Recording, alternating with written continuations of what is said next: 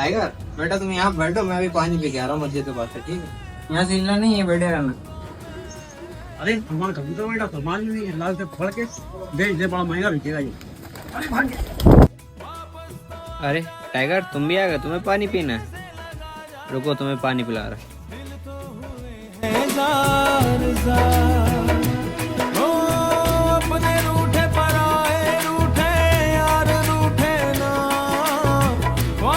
ये पानी अब चलो भाई।